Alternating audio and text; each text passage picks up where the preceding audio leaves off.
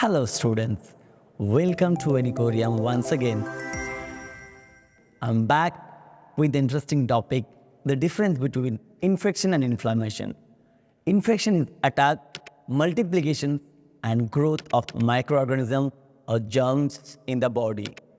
So what are the microorganisms that causes infections? They are the viruses, they are the bacteria, they are the fungi and they are the parasite. What will causes infections in our body? So during the time of infections, what are the common signs and symptoms we'll have in our body? So the common signs and symptoms are the fever, chills, and the specific signs related to the specific pathogen types. So this is your infections. Now we'll go with the next topic, inflammation. So what is inflammation?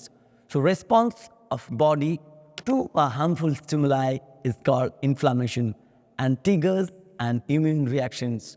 So where we'll have what are the stimuli? Stimuli that may be the pathogens, that may be the irritant, or that may be the objects. So these things, if it will have a harmful stimuli in your body, then from there we might have that inflammations. So what are the pathogens? That might be the viruses, that might be the bacteria and all, and the irritants, such as irritants like we have pesticides, we'll have acid, we'll have, and detergent will have. So from there also we might get the inflammation. In the object, in the sharp object like scissors, a knife and all, from there also we can get the inflammations. Okay. So now we'll go for a type of inflammation.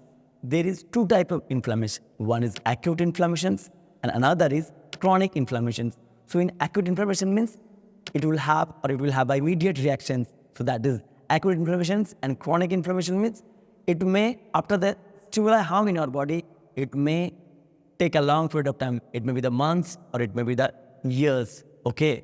So now we'll go for the symptoms. What are the common symptoms of inflammations?